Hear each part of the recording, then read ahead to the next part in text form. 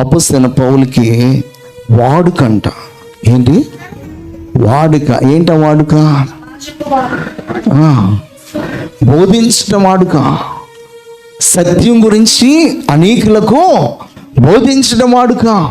ఒకరు అసత్యంలో ఉంటే వాళ్ళతో తర్కించైనా కూడా వాళ్ళని దేవునిలోనికి నడిపించడం అనేది వాడుక అయిపోయాను. మనకు వాడుక అవ్వాలి. యేసుక్రీస్తుకి వాడుకుంది, పౌలుకి వాడుకుంది, అపోస్తలుకి వాడుకుంది, మనకి వాడుకుంది. పొద్దున్న లేటుగా లేచి వాడుకుందా? టీ తాక్కోకుండా పని చేసి వాడుకుందా?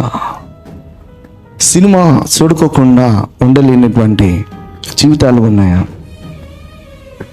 ఎలా ఉన్నాయి? మనకి ఏ వాడుక ఉంది? రోజు ఉదయం లేవగానే సర్వసృష్టికి కానుబోతున్న దేవునితో మాట్లాడే వాడుకుందా?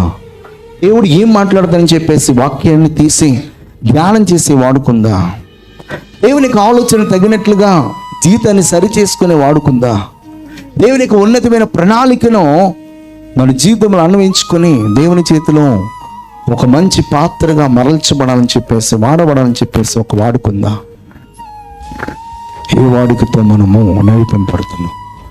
ప్రస్తుతం పౌలు ఒక మంచి వాడుక. ఏంటి వాడుకంటే వాక్యాన్ని బోధించటం, స్వార్థను ప్రకటించటం, తెలియనటువంటి వారికి తెలియజేయటమే ఒక పనిగా పెట్టుకున్నాడు. హల్లెలూయా.